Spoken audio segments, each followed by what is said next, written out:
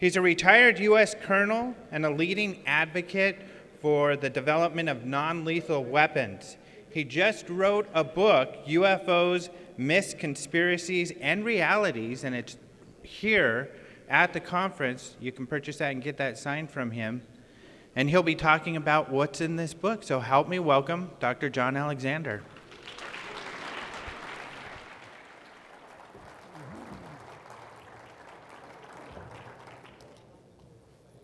We got, yeah, there we go. I'd like to thank John Rayo and the people from Open Minds for inviting me. This will probably be a little bit different from many of the presentations that you've heard. It is based on a new book that has just come out last week that I wrote called UFOs, Myths, Conspiracies, and Realities. It was interesting what happened. I got Jacques Vallée, I'm sure everybody knows Jacques. He did the foreword. Tom Clancy, that you may know, is a friend of mine. Actually, I asked him for a blurb, and he came in with what we can now call commentary. How many know Burt Rutan?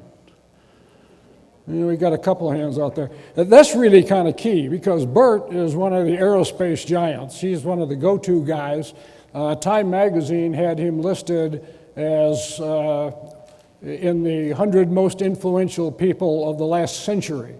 First thing was circumnavigating the world, unrefueled, unstopped, and he won the Ansari X Prize for putting a man into space. And what's interesting, he was a very straight aerospace guy, and in his introduction discusses his sighting, which could be hard for some of the skeptics to take on. It's kind of a position statement that obviously by definition UFOs must be real, but that doesn't say what they are. And I spent a lot of time, by the way, the first line of the book is unequivocally UFOs are real. So let me start with that position so you know what it is going in. I have a lot of trouble trying to describe, you know, the so what and how do we understand the full breadth of the experiences that we see. I usually put this slide up and say there are three things you need if you're going to be involved in this field. First of all, you better have a sense of humor because you're going to be attacked. I'm already getting hate mail from three sources. The pro-UFO side who doesn't like my position, the skeptics who don't like my position, and most recently the religious right who thinks these things should not be involved. Secondly, you better have a day job or be independently wealthy, because I don't know of any of the speakers up here who are making, you know, tons of money. Oh, I see Stan nodding back there. Maybe he's going to the bank and all that. But finally, you better understand conspiracy theory because you're part of it. You either believe there is a conspiracy, or if you don't believe the conspiracy, then you're part of the cover-up.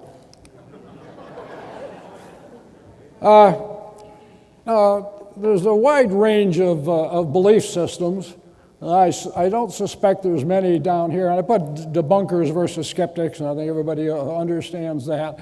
Up through, do UFOs exist? And we have crashes, landing, reverse engineering, and finally, aliens are among us. So I'm going to address many of those. One of the first things I take on, in fact, I have a whole chapter on the CONDON report. It's kind of interesting because actually CONDON was right. Because the question to CONDON was not, are there UFOs? It was, are they a threat? And we haven't had an invasion, so I don't know that. That said, if you read the body of the report, not that bad, it's pretty good. But the problem is CONDON himself did the summary and conclusions, we were pre-gone conclusions. Well, the biggest problem with this is that the impact that it's had on other folks. Now, the Air Force got what they wanted. What they wanted was to pass an action. An action passed is an action handled. And of course, one of what's problem is right here, the scientific community assumes that this was a deep, serious study. Reality is it wasn't that good, and it's certainly, you see the conclusions are even inconsistent with the body of the report. But the impact that this has had on other scientists and scientists getting involved is just really significant. Steve, are you here? This doesn't show up very well. This was actually taken at the X conference when Steve Bassett and I were in a debate, photoshopped and that. But the point is, in my view, UFOs are not the greatest story ever told. And we keep hearing about, we want disclosure, and I argue, frankly, disclosure has happened. And they say, why don't we hear from the White House pontificate? Well, you have. I'll go through these kind of quickly. You've got, starting with Truman, saying, this is a real thing. Here's another one with the Twining memo that came out about the same time. Said this is not a hallucination or visionary. These are real. Started out as a classified paper, but later made public.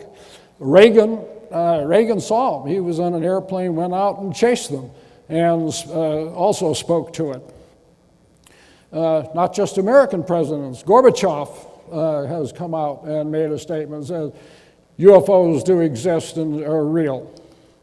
You get into the military. Lord Hill Norton, many of you know the writings that he's had, said the same thing. Basically, the evidence is pretty much overwhelming that there is something real going on. Now, De Brouwer, and in several of the books, he was a lieutenant colonel, was out actually chasing UFOs, really a fantastic case. Went on to become the deputy chief of Air Force of the Belgian Air Force, and the same thing. They find that basically UFOs are real. This is my friend, some of you heard Coast to Coast the other night. It was on with George Knapp. This is General Maltsev saying, skeptics can take this as official confirmation of existence of UFOs.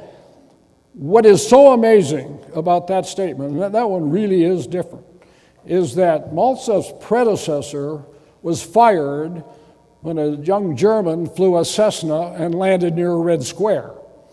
Okay? So the guy gets fired, predecessor fired for letting a Cessna in, and here his successor comes in and says, these things are flying around and not much we can do about that. Same thing with his boss. There's a Russian four-star general coming out and saying, phenomena is real. The Duke of Edinburgh, same thing. There are many reasons to believe that the UFOs are real. Get into space. Herman Oberth, who's known as kind of the father of spaceflight. Same sorts of things, coming up with a statement that says, I've examined the arguments for flying saucers. The conclusion is that they do exist. We get into religion. We'll talk about religion a little bit more. But the same thing, here you have the Vatican coming out and saying, yep, we have no problem with extraterrestrial entities out there in UFOs. So my point is this, how many of these things do we have to have before people say, oh, yeah, they have had disclosure. Here are, some of the countries that have come out. And there's a couple of key ones. Of course, the Brits and the French. We've got Russians. AJ just left. Brazilians, Chile. So what happened? Now, what we heard from the proponents on this, that if we had disclosure, it was going to be so terrible that we would have social disorder. There would be breakdown because, the world population couldn't stand it. So this happened. But this happened because of a cartoon written about the prophet that appeared in Europe and had this kind of impact all over the world. So that didn't happen. So what did happen? Basically, this is kind of the response that you've gotten. It's sort of like, it's out there, but... And one of the things I tell people, and the problem I have with these kind of groups, the people who would come here are intensely interested in the issues. You're a very small minority. Now, 70% of the people at least believe in UFOs, but for most of them, it's like they're interested but ambivalent. Interesting, it's out there, but again, not the greatest story never told. The other problem is this is going to change the paradigm. It would shift everything. No, it won't. Confirmation of what you already believe is not a paradigm shift, okay? And yet everybody talks about, this is going to it doesn't change everything. And like Victoria says, does this mean I have to go to school tomorrow? Yes, you do. Now, there are a group of folks who say ETs are here and among us. And I've taken most of this slide and the next couple of slides from briefing. Most of my briefings that I do are on geotransformational changes as they affect national, international security and what's happening in the world. But we hear that ET is here, and they're here to help us. And so I argue, if they're here to help us, what happened in all of these cases? He's certainly not here to help Earthlings. With friends like this, who needs enemies? The next one, I do a lot of work here in poverty. The issue on the paradox that we have as we've seen the world's wealth increase, poverty is increasing simultaneously. These are pictures that I've taken all over the world. One of the things you have, 1 billion people living on less than $1 a day. This is a picture I took in Kabul, Afghanistan, and what you see there is this trash pile, and then down below here are some kids pumping water. Point is, they haven't got sanitation 101 yet, all right? This is the Ganges River. My finger is saved, although they said don't even touch the water, it is so contaminated. Yet this is the main water source for 100 million people. My point here is, if ET's here to help us, poverty, you think, might be one of the issues. How about food? This is what's going on right now around the world. In 2008, UN said we got the perfect storm arising because of shortages of food for a whole host of reasons. We've got at least 1 billion people in the world who are hungry. As of last month, the food price index in the world is the highest that it has ever been. Without getting off into those things, the point is, if ET is here to help us, here's some pretty good starting points, and we certainly haven't seen any indication of it. So we say compared to what? If you can't see it down here, this line is 14 trillion, 167 billion. Anybody know what that is? Yeah. That's the national debt as of today. At some time today, our national debt passed through that. These numbers down there are just spinning. The point is that when you go to war, we've got foreclosure, we've got global problems out there. What is it that you want our political leaders to be focused on? This is one that, because they talk about DOD here. This Sergeant Vogler, just is coming home. He was on his 12th combat tour. A long time ago, Sergeant Major, I do a lot of work in special operations. This head of Sergeant, this was 4 years ago when they said, we now have people who have been in combat longer than anybody in World War II. So the point here is, he was killed on his 12th combat tour. He was actually killed in Afghanistan.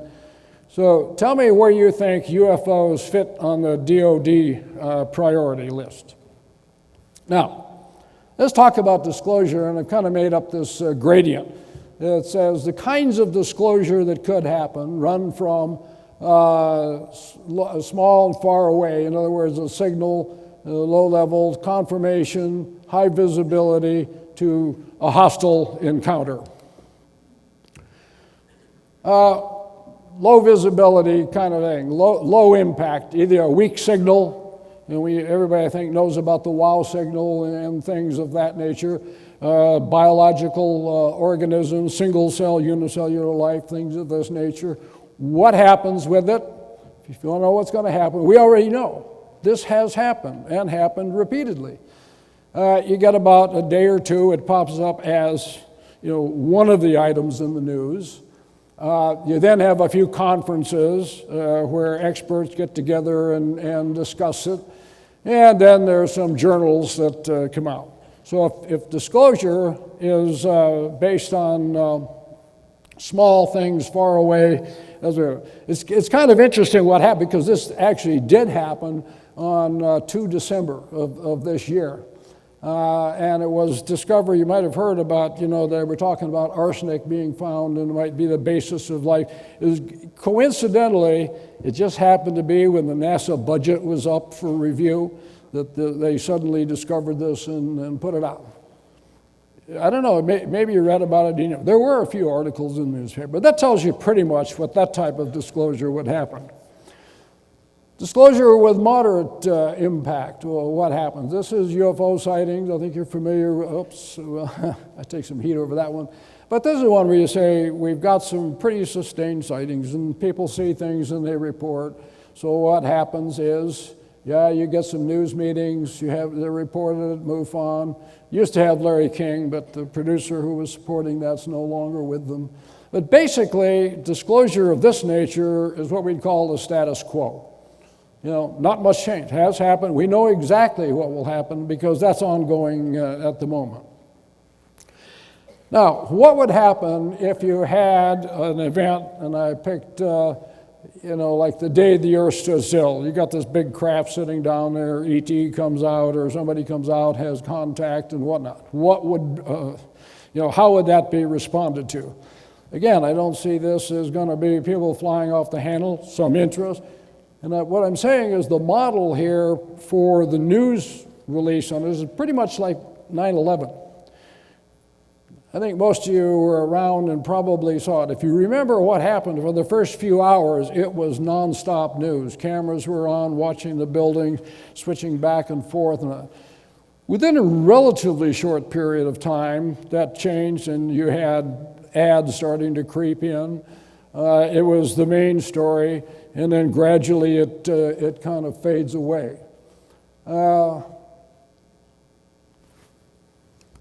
Now, one of the reasons that I say disclosure of any even significant magnitude is not going to have a major impact, it's going to resolve itself pretty quickly, is this. The driving factors are going to be things like food supplies, energy, petroleum. I mean, you've probably seen right now what's happening in Libya, throughout the Middle East. Heard on the way down the oil hit $97 a barrel. You can bet the pumps are going to be going up by tomorrow. But the point is that most of the supplies that are put in are what we call just in time. You don't have grocery stores that have huge inventories. If they're not constantly resupplied, and that of course means that you're going to have drivers, you're going to have to get out people, are going to have to go out and do that. In other words, the issues of real life are going to take over and dominate things very quickly, and these are the drivers that will cause it. Now, what if you have what I call a catastrophic encounter? We're going to have war with ET or something of that nature. Any of those events. This is what's not going to happen, okay? Will Sigourney and Tom Cruise are not going to come out and save us. As I say, there is no good answer to this sort of thing if you're involved in a hostile one. One of the things we keep, and you may have watched V as constantly, we're going to fight the ET and all. If ET understands physics as well as we sort of think that they might, they probably also understand biology. And if they understand biology, then they would know that contrary to all these things about they need us for our genes and DNA and all this, no, you don't. What you would do is they would start raising their own. And so the notion that they need us for hubris and that, why fight? The object would be, if they want to depopulate the world, fighting us is a real tough way to go about it. You can get hurt doing that. They could do all of this with a biological attack that would not. So as I say, ET says no to free-range humans, even if they're here to eat us or whatnot. So if it's a catastrophic encounter, forget it. We lose. Also, and I'm sure you're going to hear about this, we're at war with ET. Absolutely not a shred of evidence that supports that the notion that we or anybody in the world that knows, we love ET. Now, the religious thing has come up repeatedly. I throw this out. My wife, Sarah Victoria, did a survey. And we had people pontificating for a long time about how this is going to destroy religion and all of those sorts of things. So she did the first. There's been some others since then where they went out and they said, okay, let's actually ask theologians what they would do and how they would respond. And this was the first study. There's been some others. So contrary to conventional wisdom, no, bad things don't happen. For the most part, the theologians, and by the way, this was just because of numerical practicality or statistical significance that we were talking to Catholic, Protestant, and Jewish rabbis. But basically they said no big deal, except for the Jesuits who said, more converts, there's things we can do here. So. Now, the other thing that we hear constantly is that ET is spiritually evolved. Well, that's kind of interesting, but it's also counterintuitive. One of the things that we've seen as we have become more scientifically oriented, they've also become more secular, and you've seen tremendous declines in the advanced world of people, attending church. So this assumption that they've somehow worked out all of these theological issues is not necessarily supported by any data going in. Now here's one of the problems that we have in talking between the public and the scientific community. And in my book I go into this a whole lengthy thing on people want to do the POTUS briefing, like somehow the president is going to wave a wand and everything's going to flow out. And my argument is be careful what you wish for. But the point here is that when you look at the belief in psychic phenomena, and a lot of them in UFOs, you find about 70% of the public believes in these things. Now, one of the reasons they believe in them, by the way, is they do it. As you know, I've done a lot of work in near-death experiences and familiar with remote viewing and a number of those things. So a vast percentage of the population have actually had these kinds of personal experiences that become drivers. If you look at the professors across the board, drops down closer to 50%. When you get here into some of the hard sciences, aeronautics and astronautics, you're down to 30%. But the last one over here, NAS, is the National Academy of Science. Okay? When you get into these people who are supposed to be the premier scientists, and quite frankly, I've worked with them, so I know these guys. Actually, I found them to be a little bit more open than you might suspect, that there's 4% level. But the issue here is you can see this great, I've called it a cavernous gulf between the belief systems of the general public and the scientific community. A lot of issues there. So what are the biggest failures? I think the huge issue is, in general, the people studying ufology and making use of it do not know how the system works. And I'm not going to take that one on in great detail. Certainly a lack of critical thinking and what I call ergofusion. I'm going to address that in just a minute. And the point here that are just simply not important to most people, compared to what? Compared to what I'm doing in my life and eating and where I want to go. Ergofusion is a word that I coined. I actually got it published in Harvard International Review and some other prestigious journals. And I called it the misidentification of causal relationships, meaning if A, therefore B. And that's the way we tend to think. And this, of course, is the shooter from Fort Hood. And so what we tend to do is to blame guns. In a non-lethal arena, that technology causes bad behavior. No, technology guns don't kill people, people kill people. Sometimes they use guns in the process and all that. In my non-lethal weapons world, I ran into this article saying they used OC, which is pepper spray, just like Cyclone B in the Nazi death camp. No, these are radically different kinds of things. I also point out that all slopes are slippery. I say, well, if we start down this slope, it's going to be slippery. All slopes are slippery. Now, in this arena, the UFOs, just because you have a UFO doesn't mean they come from, advanced worlds.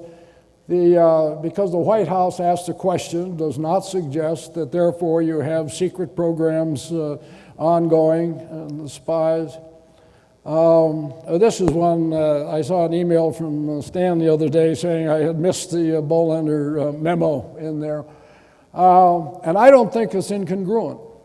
By the way, I told him it would be this is actually Bill Bolander. But the point is that because you have these kinds of documents there, and particularly things like the JANUP 146, which says, report things that are a threat. And the difference here is they are interested in threats as opposed to just ET or things of that nature.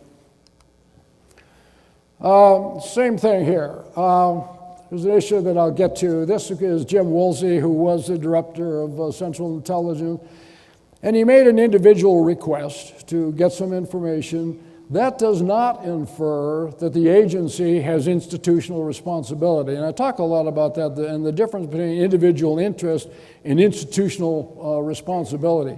Got to understand how they work. Another one is, I keep seeing them drag out documents from the 1950s and say, therefore, there's current interest in the area. Not necessarily true. A friend of ours, John Peterson, who knew Jim Woolsey, asked him, Stan's, I told you you'd make it. You've seen his briefings out there with all the redacted stuff. And quite frankly, the redactions that were in there just don't make sense. Never did. Bad PR. But John, again, knew Woolsey, asked him, he said, so he sent out a memo and said, tell me about this internally.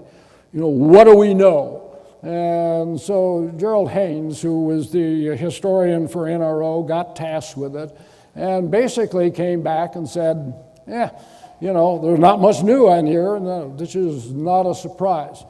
His bottom line there was, like the JFK assassination conspiracy theories, the UFO issue will probably not go away no matter what the agency says or does. The other thing that I thought is really telling, in one of the footnotes of that memo, there was a thing there that said, the CIA actually had a UFO crisis response team.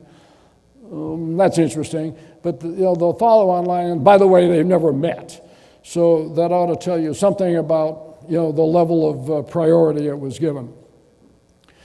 The lesson for ufologists that I have is you need to learn about Occam, because I hear these convoluted conspiracy theories when really simple answers tend to address that. Egocentrism, this is one thing, and I think everybody in the room, and I won't speak for everybody. A lot of people in this community, of course, assume that ET is going to come here and deal with America. When you look at that from an external perspective, you say, well, maybe not. Why would they choose us? We are one of 196 countries. We are only 4% of the global population, 6% of the land mass, 2% of the global surface of the earth. 70% of that, you might have the ungoverned areas. And then, to make people really uncomfortable, when I say maybe they'd choose a rising power like China, Brazil, or India instead of the declining one. Now, we also have the problem of interaction between humans and non-human entities. And we have the whole abduction scenario and all that. Really kind of interesting. But the point here is that there have been interactions reported between humans and non-humans as long as human history has been recorded. Adding UFOs to that, and UFO abductions, is really relatively new. Just kind of a piece of that puzzle.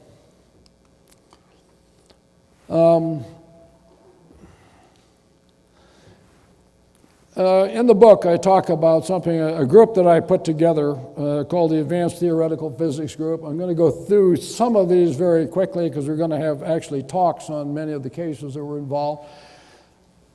What I did is we started and tried to figure out what was going on. The people were all by invitation only. You had to have top secret SCI level clearances. They came from the military,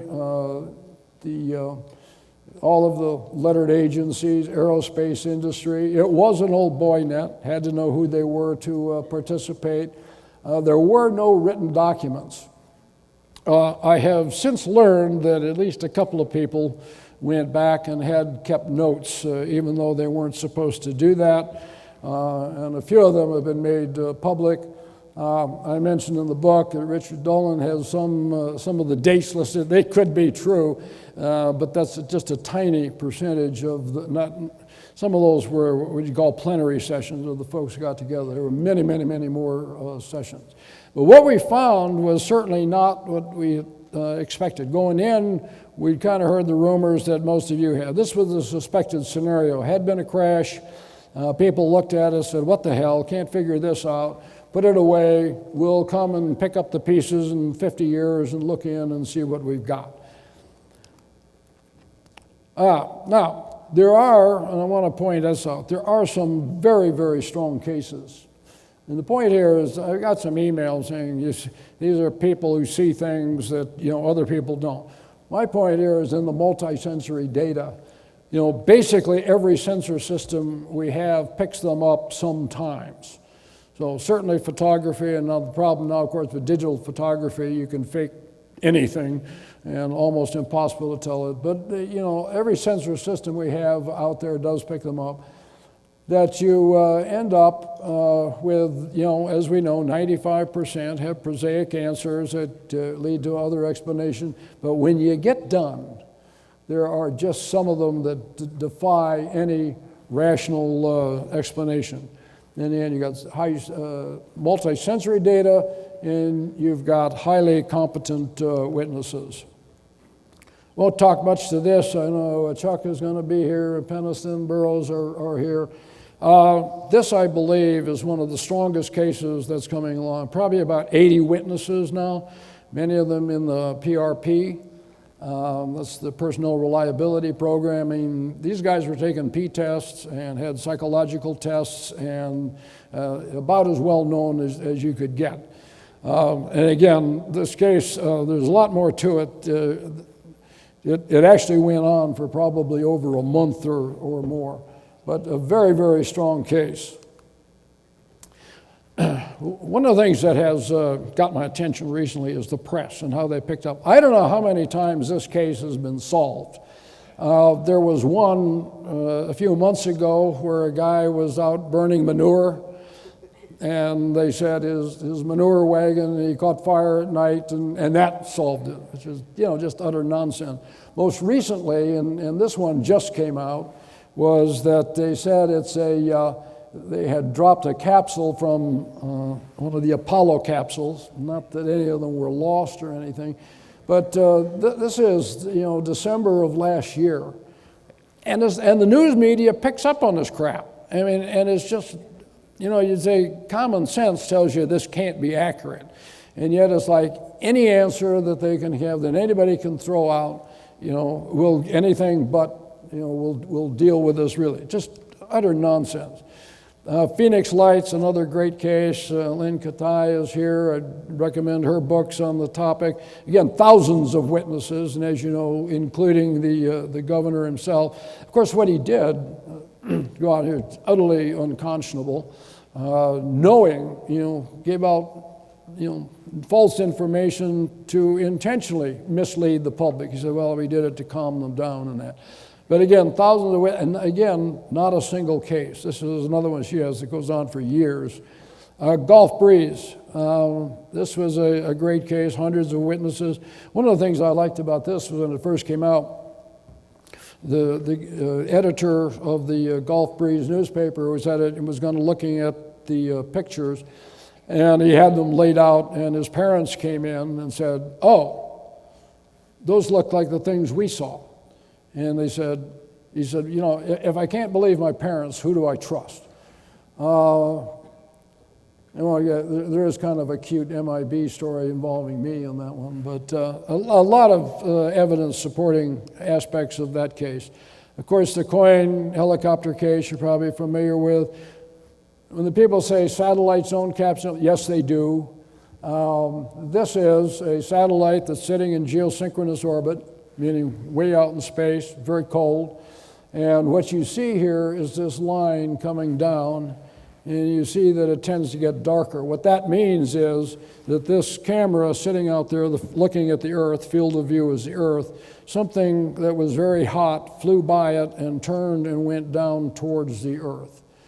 Did get picked up, did get it investigated, and it was, what the hell? Again, another one that has been researched many times and supported. Dick Haynes has done a lot of work on that. The Belgium flap. And by the way, when I said this, when I was working with NATO studies over there, had a chance to talk to them, and frankly, they were asking us, you know, like, are these yours? No. This one is another good case. I've got a whole chapter that includes these things, but this particular one is fairly well known. You had the B-2 fly over the UFO that's sitting on the ground. You've got witnesses that are, of course, in the B-52. You've got radar sightings up there. You've got the people who are also on the ground seeing the thing and reporting it. What happened with that one, the Blue Book, is really kind of interesting because Quintanilla just kind of farted it off, and which upset these people, and was one of the reasons why Blue Book did not get the qualifications they should have. We have thousands of pilot sightings, but like in the military, one of the things that happens here is reporting UFOs is not career enhancing. And that's also perceived to be true for pilots as well. There have been armed interactions, and this is why, we had some, almost had some congressional hearings. We were unsuccessful in doing that for other reasons, but we based it on two things. That was the interaction with strategic nuclear systems and airline safety issues. But I think you're familiar with these cases. Certainly the one with Milton Torres, and I'll come back to that one, is really quite interesting. I use this as firsthand some of the people that I dealt with. Teller, this is Teller at dinner with Hal Puthoff explaining zero-point energy to him. He was involved. He found Cash Landrum case quite interesting because of the radiation issues that were attached. Ben Rich, if you don't know him, was the head of the Skunk Works. Contrary to some of the crap I'm seeing on the blogs here, this was not a casual one-time walked up, talked to him. Rather, he actually appointed somebody to help our research, and Ben was the go-to guy. He is the guy who built the SR-71. He had been with Kelly Johnson when they built the U-2, brought you the stealth fighter, the F-117. And that's why people said, if anybody knows, he's got to be in the loop. And he had a shopping list. So I want the propulsion system and a few other things. My confidence level is very, very high. I mentioned in the book that we started out and I had, at one point we went to the director of SDI, Jim Abramson, because at that time it was the biggest program in the military. It was a $5 billion program. And I tell the story in there that, we came in, he had not been pre-briefed, so he didn't know what the topic was, so he started talking, and I was the one running it and introduced everybody. I had people from different agencies, and we started talking about 5 minutes ago. Wait a minute, who are you guys really? This was just, believe me, not on their scope. So it was interesting where we got to at the end. We had gone to him for some money. We had decided to move this from an ad hoc thing to try and make it more formalized. And his answer was, basically, I won't tell you. He says, I'm doing some hairy stuff. And Congress is already after my budget. And if I get caught playing with something like this, my budget's going to get really hit. He did get hit for $1 billion, so it was a pretty good hit. But as his position later was, as a fighter pilot, this is kind of interesting, and if you can tell me what to look for, I'll consider doing that, but nothing formally. This is a guy I've now exposed, a friend of mine who died very suddenly last July. It was kind of tragic. I had talked to him on a Monday, and on Wednesday I got an email from his son saying Dean had died.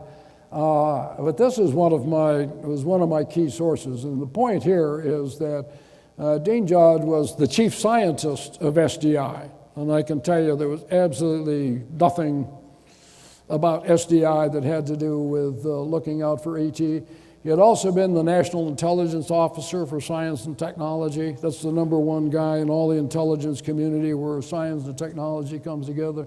Had been on the Air Force Science Board and that. And we spent a lot of time discussing these issues. A true skeptic, but the point was, does not fall into the category. Now, another guy who's helped me, particularly recently, is Bill Coleman. Bill's interesting because he was the chief of public information for the Air Force when Blue Book was on. And he can explain a lot of the things that happened, like what happened at Holloman and confiscating film and the NASA film that got confiscated by Cooper, very prosaic answer. What's interesting is when he took the job, he had to be interviewed by the secretary, and he says, I'm not ambivalent about this. And in the book, we go into considerable detail about a sighting that he had that was very dramatic. I mean, they got down, he's in a B-25 chasing a UFO across the ground. He says it's in Mississippi, Alabama area over plowed fields, and it is so low that dust trails are coming up from the UFO, and they can see it. Interestingly, he went back and he reported it, and when he went to the Pentagon to work in information, he could see all the Blue Book files, and even though he'd filed it, it did not show up in the Blue Book file. Point here is not some huge conspiracy, but rather people made up their mind as what they wanted to send in. This is not a high priority job for Air Force officers outside of the main office. I just offer this one as the only negative experience that I really had. Walt LaBerge has since died, developed the AIM-9 mission, and we went in and I had a briefing with the science board that he was chairing. He went around the question, it was very quiet, and he jumped up and slams down and just jumped up and yelled, "You're not supposed to know that, that's what you learn when you die." I said, oh, I thought we were having a science meeting here, but it was kind of interesting because that's the only time I had a really adverse reaction. By the way, one of the things I did when I was talking to, I went nose to nose with either the head or the deputy of all of the lettered agencies. Then I tried to get them a little pregnant, so when I left, I would always ask for something, and always got it, and never big things, but just to get them, actively involved. Frankly, I think the ET hypothesis is too narrow. The little grays are coming here from Zeta Reticuli, really kind of interesting. But you have a lot of problems, and I'm not sure even a crash would prove ET. One of the problems you have is what's a UFO? We discussed these from little balls of light to huge craft, more than a mile across that are seen and respond on data, and everything in between. And therein lies part of the problem. It is this everything in between. What are you talking about? How do we define these kinds of issues? And if you believe all the different kinds of things that come in, we must be on, like the Hollywood star map, the Earth must be on the ET star map of places to go visit. Apollo, I have a whole chapter on Apollo. I will mention that Edgar and I disagree on this one, although I forwarded the chapter to him when I wrote it and said, are there any technical errors? And he said, no, it's technically correct. Now the point is, Apollo was about far more than going to the moon. Apollo was about establishing American technical dominance in the world. we had 4% of our GDP was going into Apollo at that time. That's equivalent to what we've been shelling out on the global war on terror. Huge amounts of money, nothing left to chance. So these were the folks that I knew and was able to talk to firsthand. And they all came up with the same thing. Even Ed Mitchell, who thinks that Roswell was real and supports it and that, says when in the Apollo program, learned absolutely nothing. There was nothing ever mentioned about this. And I will say, if you go to NASA, they're overtly hostile to the topic. And if you ask them about him, they say he's a great American, we just disagree. But the point is, they had contingency plans for everything. And if you remember, those who are old enough to remember it, when they first came back from the first trips, they went into isolation for weeks under the possibility that they might have found a unicellular bug out there of some kind that we weren't privy to on Earth. There was absolutely no information about, if ET's there, invite him to the White House for lunch. No contingency plans whatsoever. Contrary to popular belief, there are global treaties, we are a signatory to it, that says if ET, you must have instantaneous global release of the information. And we can argue why, you would do that. I do address the issue of CORSO. We can take that one on if you want. The biggest problem is in the technology areas. No matter how you cut it, none of that happened. And there is a straight line of progression of the technology development across the board.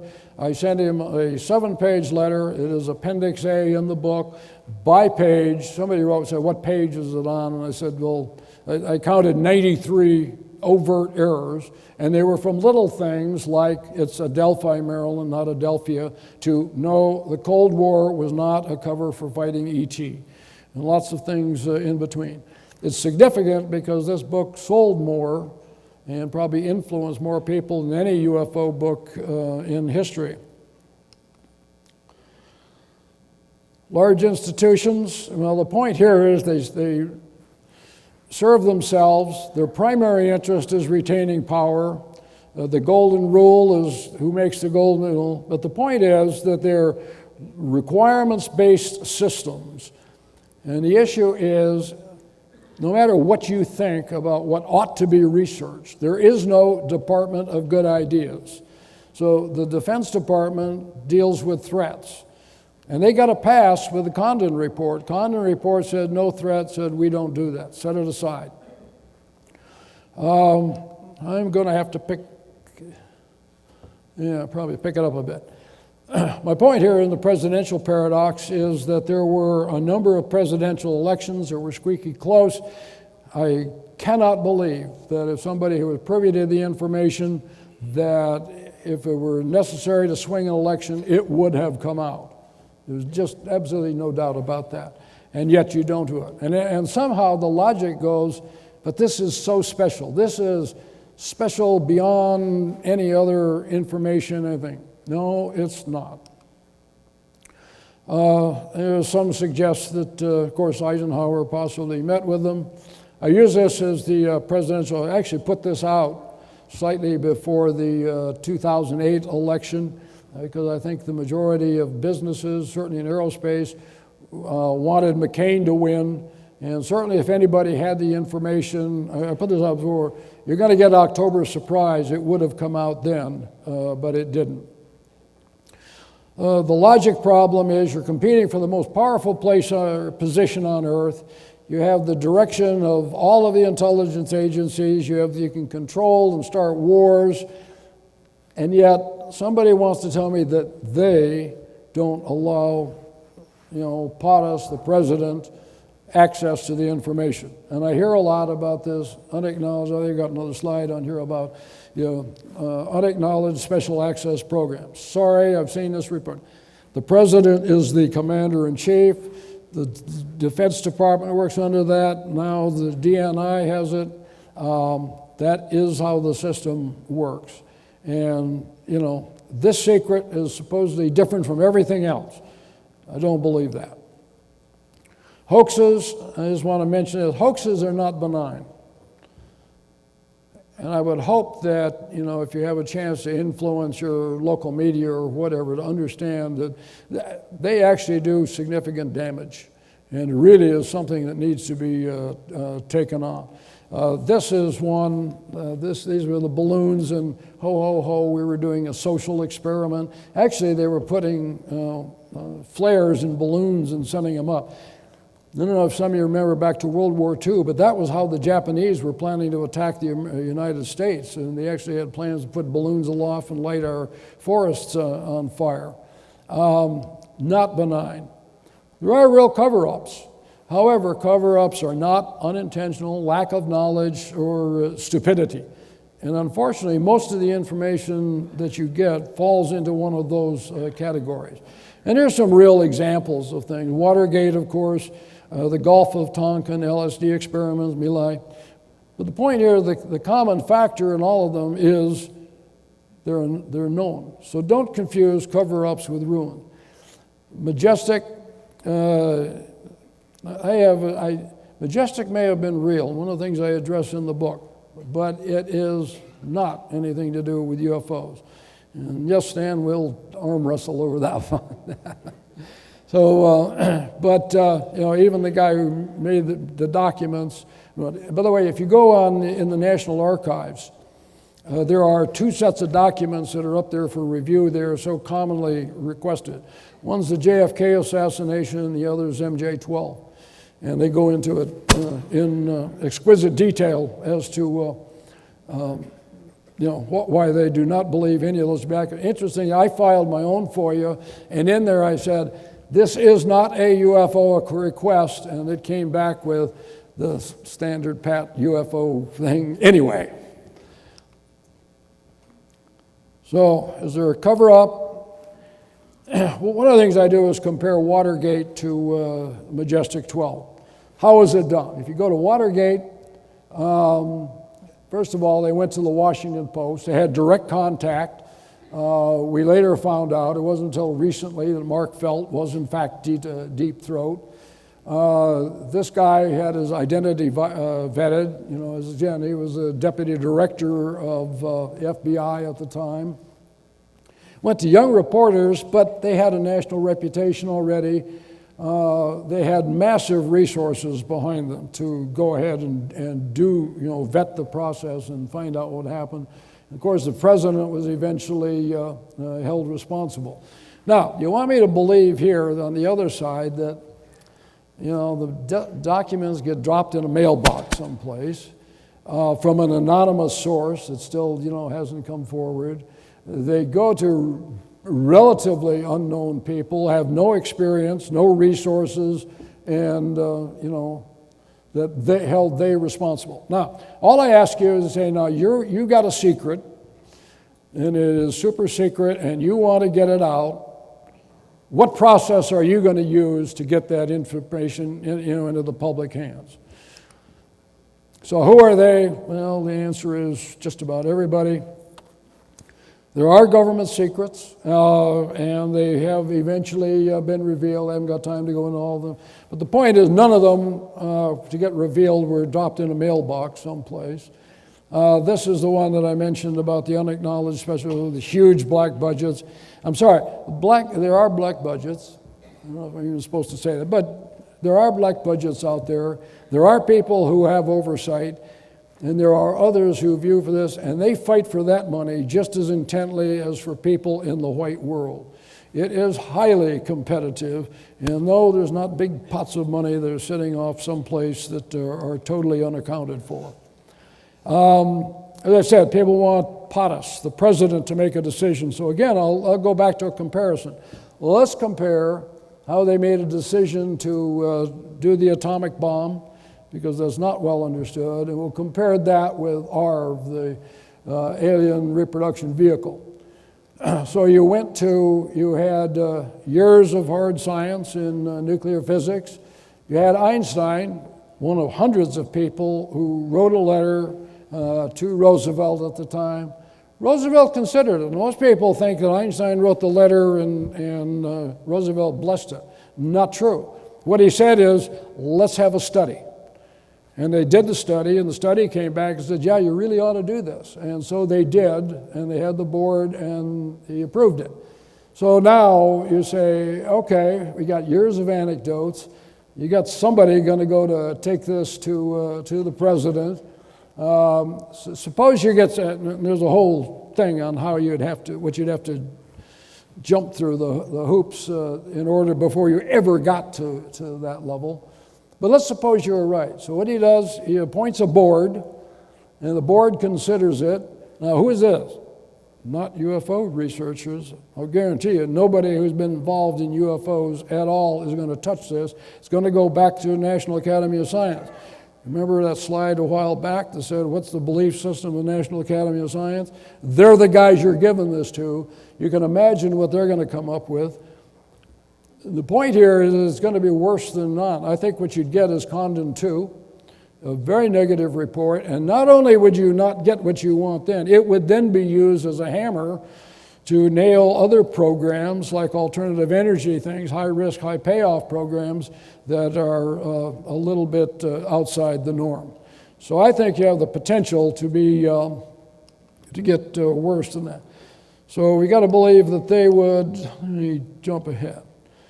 I'm sorry, but there are no limits to crazy. The things that you hear and whatnot. I made this one up just a couple days ago. This is John Lear, for those who don't know, and I was over at his house a few months ago. This is based on some blogs that just came out. And he said that I'm the next Phil Klass, which is kind of interesting because in the book I went back and counted. I got 43 cases, and I said, these are real hard cases. But if I believe John, we did not go to the moon. There are submarine bases that are hundreds of miles. The Pacific Ocean actually probably comes under here, sort of under all of California and Nevada and whatnot. That he told me we got tunnels, that there's a new Area 51 called Sandia, but there's already a Sandia, but not that one. And that what you do is you go to certain hotels in Las Vegas and you go down and you get in these tubes and zip 100 miles out to the work site. Got some problems. And one of the things in watching these blurbs, really, a number of years ago, I'm on the Council of Society for Scientific Exploration, and we were meeting at Cornell, and because of that we had Carl Sagan in, and he gave what I thought was one of the most amazing talks, really quite negative. And what he said basically is, this is generally a doctoral level group who said, it's okay for us educated people to talk about, we can't allow the masses out there because they don't have the critical thinking skills necessary to discern the information. And he sort of came up with, my synthesis was that freedom of speech would be the downfall of democracy. The more I'm looking at it, maybe he was right. I mean, some of these things on blogs are just unquestioned, are absolutely amazing. And my advice to the skeptics who are out there is, don't do anything. The UFO crowd will implode on its own. This is one that's always kind of, as I said, a bestseller. I recently had a woman contact me who said she'd been attacked. And if I would just contact the right people and stop the attack, she wouldn't go public with the information. My admonishment to all of you, if you think you're under attack or you think you've been abducted, do report it. And what I did is I put down here's the FBI's contact number. The things that are being described do fall under these issues, which are in their purview. Public corruption, domestic terrorism, certainly the kinds of things that are being described in there. Because you were trying to say to me, if I just do something about it, she wouldn't report it. And I'm going repeatedly, report, do it. It is a problem. So what do I think is needed? One of the biggest issues that we've got to deal with is removing the stigma. That's the reason that a lot of scientists won't do this. Linda asked me why I wrote the book now. I think one of the issues is, I'm kind of impervious to it. I've got enough scars and things like this. I'm not moving up the food chain. This is not something, but for most people in here, reporting UFOs in the military, in the scientific community, even acknowledgement of interest is not career enhancing. And you can ask Chuck about this, because certainly in the Bentwaters case, there's some classic examples of what happened there. But we really need to remove the stigma so that we can get people with the appropriate amount of brain power to look at them. You got to understand the systems that we're operating in. We probably need to step back. No, I've proposed something, and I keep throwing this out, and I put it in the book, and maybe somebody, what I'm suggesting here is one of the things we need to do is, rather than studying UFOs or near-death experiences or poltergeists or, pick your phenomena, what we need to do is to get into a room and sit up there on a board and say, what do you see? What are the observations? And once you get that out there without any pejorative delineation, then say, okay, let's now do macro pattern analysis and see what evolves from this. Because there are things that I think that are going to cross the many of these regimes. But the main thing is, got to make it okay to study. Another thing on secrecy. Sorry, there is no secrecy policy across the board. This is the one where Bob Hastings and I agreed. He wrote UFOs and Nukes, highly recommended. One of the things that's interesting there is he names names. And people who came forward and said, I was there, this is what happened. I still get this, well, I don't know if I can do this or not. That is rumors, okay? Many people have come forward. None of them have had adverse consequences other than association with the field. But nobody's been taken to court, lost their clearances, been charged with crimes or anything else for reporting UFO. I think what happens is that the investigators, certainly in the military, from time to time, if they hear this, they come in and they say, okay, interesting, don't talk about it. I tell the story a few years back, Rumsfeld had sent down a white, what they call a snowflake. Says, are we winning, or how do we know if we're winning? Talking about the global war on terror. And I got to sit in on some meetings at OSD staff level trying to wrestle with the question. And I read the promulgating documents, or were classified secret. And I looked at it, and I said, what is secret about this? And he said, they couldn't come out. He said, look, if this stuff is secret, the New York Times must be top secret. There's nothing here above common sense whatsoever. And the answer was, yeah, we know, but it's easier to classify everything than to try to figure out what needs to be really protected. There are things that ought to be protected. You're going to attack at certain places noon tomorrow, you really need to protect that. There are technology sources and methods you need to protect. But this just blanket protecting everything just makes no sense whatsoever, and is one of the things that leads to the conspiracy theories that are out there, because nobody can refute it. This is a case I think you all know, or many of you will know, Milton Torres. It came out when Nick Pope, the UK was actually releasing the reports. There was nothing found in the US. The reason I throw this one up is it talks about the impact of security. No doubt that this guy was threatened. Came back, landed, and they said, thou shalt not talk ever again. And the way his hearts and minds they had him by, if you do, he was a young pilot, we'll take your wings, which is, fate worse than death for a pilot. So they didn't do it. So he remained silent until UK was releasing the report. Nick Pope is in reviewing them and calls the guy and says, hey, by the way, tomorrow you're going to be famous. He happens to live in Miami, and the press hit. Point is that when you see, I've seen him talk several times, met him, he goes into tears every time that he has a chance to talk. And the point was that he honored this restriction, and he said he always wanted to tell his father about the incident that he'd seen a craft of this nature, and his father had since died and he didn't have the chance to. There's a huge emotional burden that goes with it. When you get to Roswell, let's understand, they got heavy-handed. I don't think there's any doubt that people got really quite heavy-handed on that and told them to do it. Here's a solution.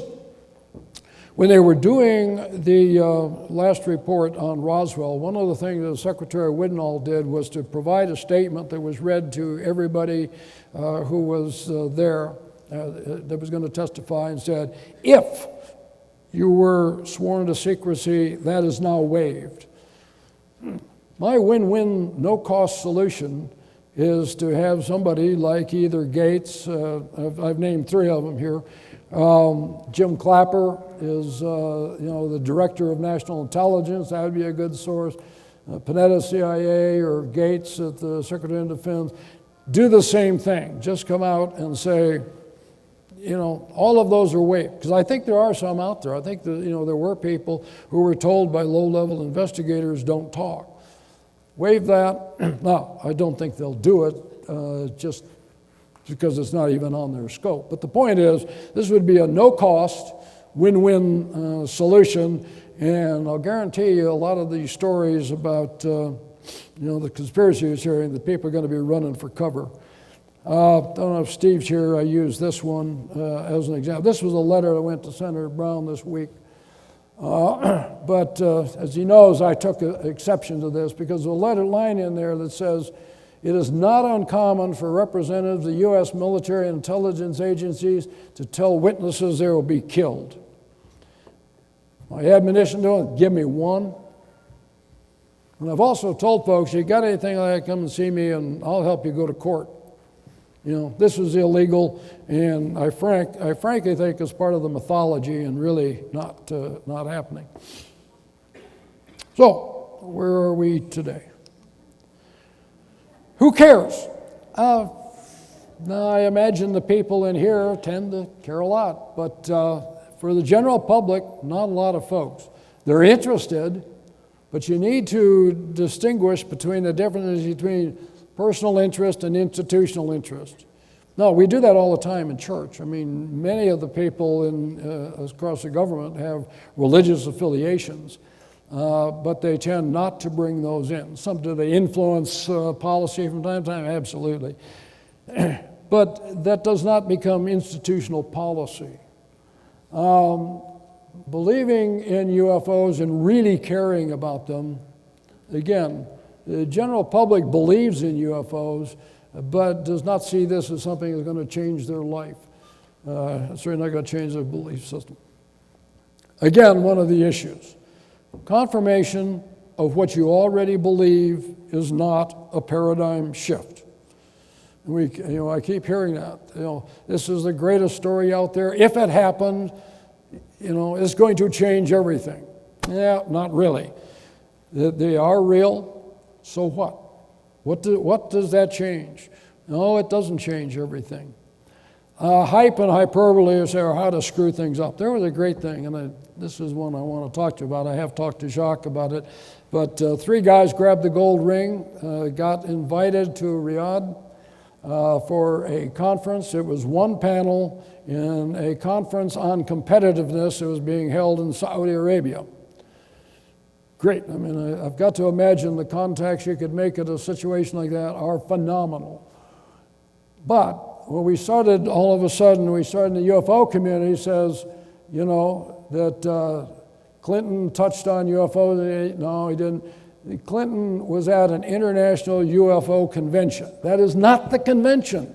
It was one meeting, and they thought they were being really outside the loop. The idea was, are there things we can learn from people who have, thought about these things in a good way. As you know, Stan Friedman was one of the people, Jacques Vallée, Nick Pope was there, Michio Kaku. As I say, that one was no doubt the gold ring of that. But, the conspiracy theorists have now said, aha, the Saudis are trying to grab UFOs for their thing. And you want to hear, what has happened with the FOIA requests? What happened inside the intelligence agency a long time ago, they got inundated with requests, spent so much time looking for the data that they finally said, screw this, we'll put a filter on, so if reports come in and say UFO, it goes out. We won't even allow it in the files. And by the way, from the UK, this happened, and they finally, as you know, this last fall, shut down their system. They did have people who were studying the project, or this topic, and one of the things they did is they finally just shut it down and said, no, we're tired of, all of the FOIA requests coming in. So I think we've, these FOIA requests have killed the goose. Conclusions? UFOs are a global phenomenon. And in my view, that reality is proven beyond all doubt. There are massive amounts of data supporting the reality of UFOs. And despite that, the reality is rejected by most scientists. And this gets back to the issue of one of the things we've got to do is to make it okay for scientists to engage in this area without being detrimental to their career. Public, generally, interested but ambivalent. And the media, of course, ridicules. One of the things I get all the time is, I love it when I get young reporters on there, and I said, because they've always got to, if this, will throw in the countervening. So I said, well, I'll bet you believe that there's two sides to every story, which they immediately fall into. Yes, I said, okay. I'll say, give me the positive attributes of genocide. No, there are certain things that are just right and wrong, and we need to be dealt with that way. Not everything is two-sided. You don't know that. But overall, today's problems certainly take priorities.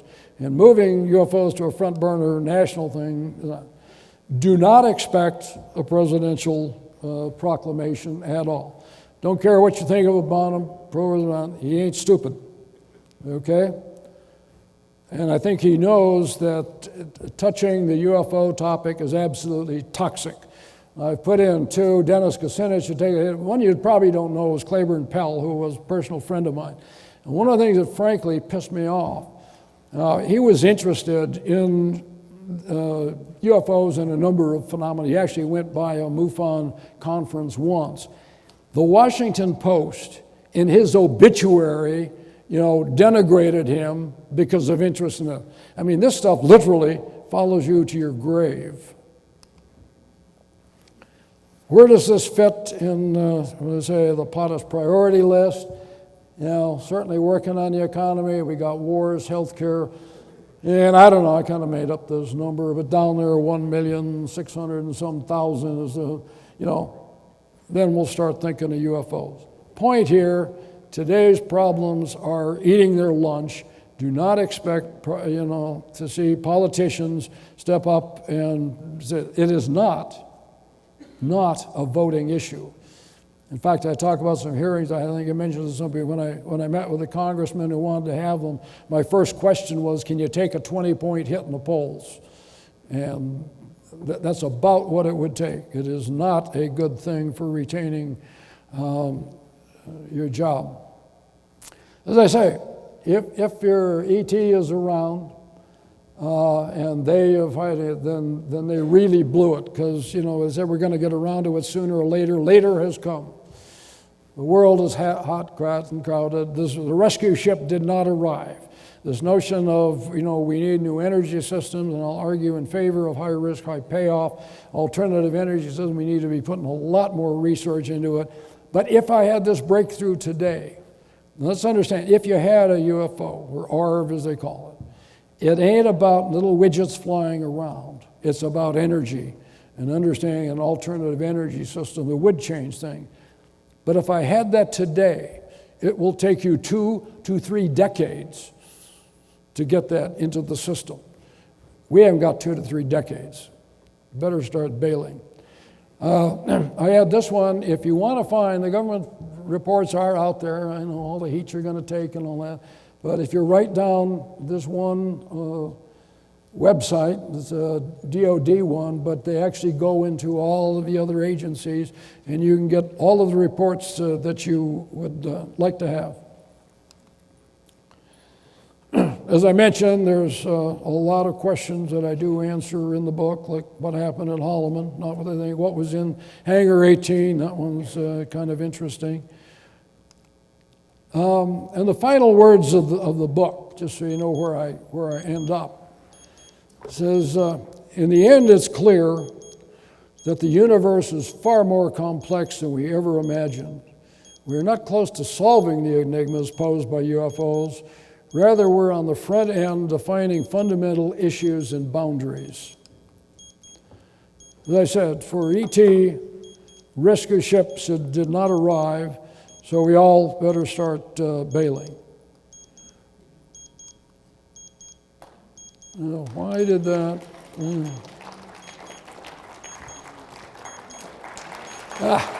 It missed it. The other one, some of